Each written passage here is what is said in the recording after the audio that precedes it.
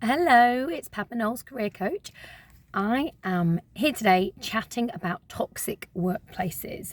Um, I wanted to talk about one, what they look like, two, the hidden effects of a toxic workplace on you as an individual, and three, things you can do to help yourself if and when you're in that situation. As I, work with clients, a lot of them mention how they've been in it a couple of times and things like that do happen. So I think, unfortunately, these things do happen, and knowing how to handle them is really important, but also identifying whether you're actually in it or not. So I'm going to start with what a toxic workplace can actually look and feel like. So it could be really, really long hours. And I'm not talking about, a project where you've got to do some additional hours, which happens to all of us, which is part and parcel of life and wanting to do a good job. I'm talking about where it's long hours every single day, it's expected, and there's no give on that. So that's one sign. Another is having a manager, a boss that isn't that great actually at managing people, and this can have such a negative effect on us. I think there was a recent poll by, I want to say Gallup, that said how over 70% of us said that our managers have a bigger effect on our mental health than our own partners. And I can believe this because the amount of time you spend with them. A toxic workplace can look like a lack of trust and transparency. Have you ever felt like you're in a situation where you think, you're talking to a manager, you think, are you actually telling me the truth? Are you being upfront with me? Another sign is blame culture.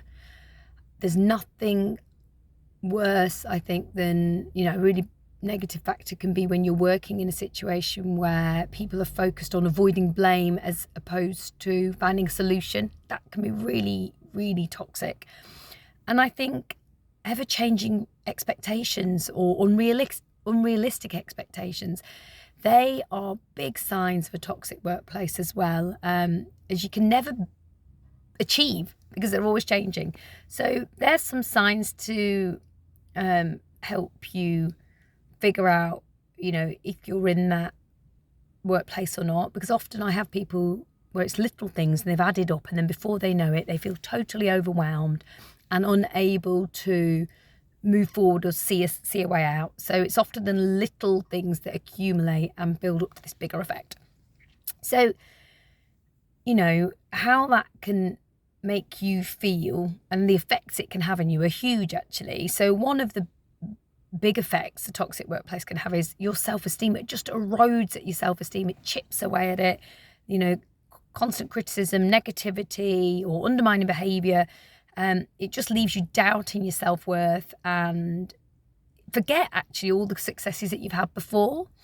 It has a huge impact on your health.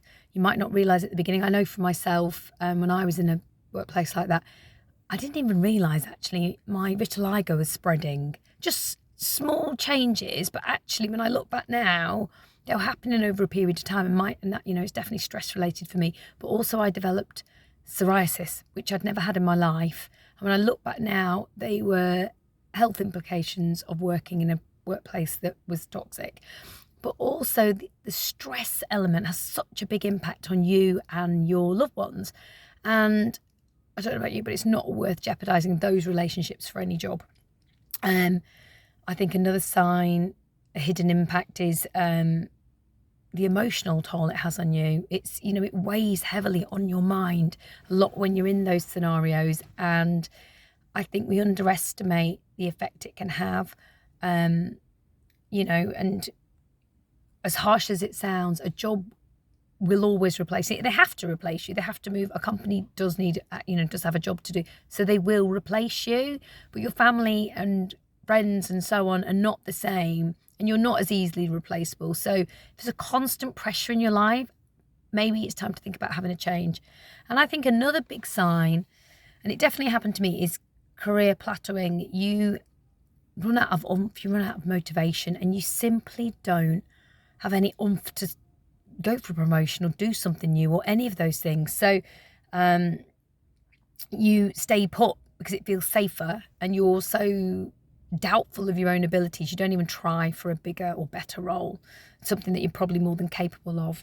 I had one client actually who stayed in a role because the toxic manager that she'd worked for before was still within the same organisation, and she didn't ever apply for a new role because she felt that manager would still block it in some shape or form. And the experience she'd had was 15 years ago. So she'd stayed put for 15 years, not necessarily wanting to. That's a long time. But the good news is there's always a way out, which is essentially getting a new job or within that organisation or a different organisation, and finding a manager that really believes in you and helps you, supports you and helps you thrive. And that feeling is brilliant. And I hope, most of us have had that. So know that it exists and can go back to it. And if you haven't, it definitely does exist. But while you're in those situations, there's some things that I wanted to highlight that can help you navigate that workplace. One of them, the first one, is self-care. And I know that's often a cringy term for a lot of people, but it is true. You need to look after yourself, whether that's, because if your mental health and your health generally aren't great, then you're not good to yourself or anyone else.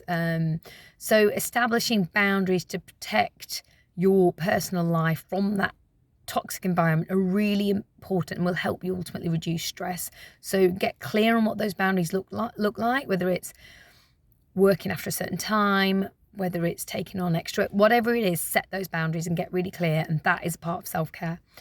Number 2, seek support. Don't be afraid to talk about it, whether it's friends, family, and so on, because they're a huge source of support and often see things really in a really straightforward manner because they're not in the situation. So I really recommend you talk to someone.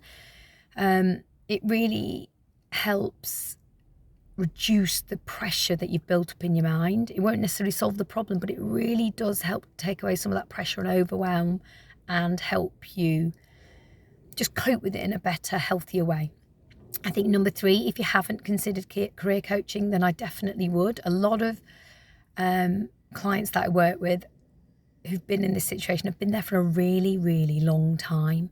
And actually, when they talk about it and work with someone, who's separate to their everyday life, that helps them, people like me help you develop strategies to move forward in your career, but also cope with what you're coping with. But also, I help you do things, work on your self-esteem and remind you of all the successes that you've had, which are really easy to forget when you're feeling like you do. So I think consider coaching, helping you get clear on your goals, helping someone who's going to help you achieve them, enhance your skills, and ultimately help you find the strength to tackle workplace challenges, because you're always going to come against challenges. Number 4, build resilience. Resilience is such a key skill in this job market, and I think it'll become even more and more important as time goes on. And embracing opportunities, learning new skills is just going to help you future-proof you and face adversity better.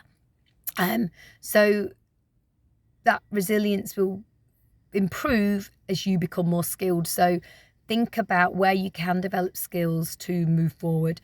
And I think finally, network and mentorship. If you haven't got a mentor, it's one of the biggest pieces of advice I give to many people is get yourself one. They will help you sound things out, navigate your situation and beyond, but also networking opens up doors that you've not even thought about, doors that you don't even know exist yet. So sharing experience and advice can be such a source of strength, and I think reach out to your own network and beyond and find yourself a mentor to help you. So it's been a longer one today, but I think it's a really important topic that keeps coming up. If you have any more questions, then, book a free discovery call with me, just, to talk things out. I offer 30-minute calls. But, I just want to say that there's always a way out, and you can ultimately navigate through it if you're willing to seek help, and where you are now is not your final destination if you are feeling like that.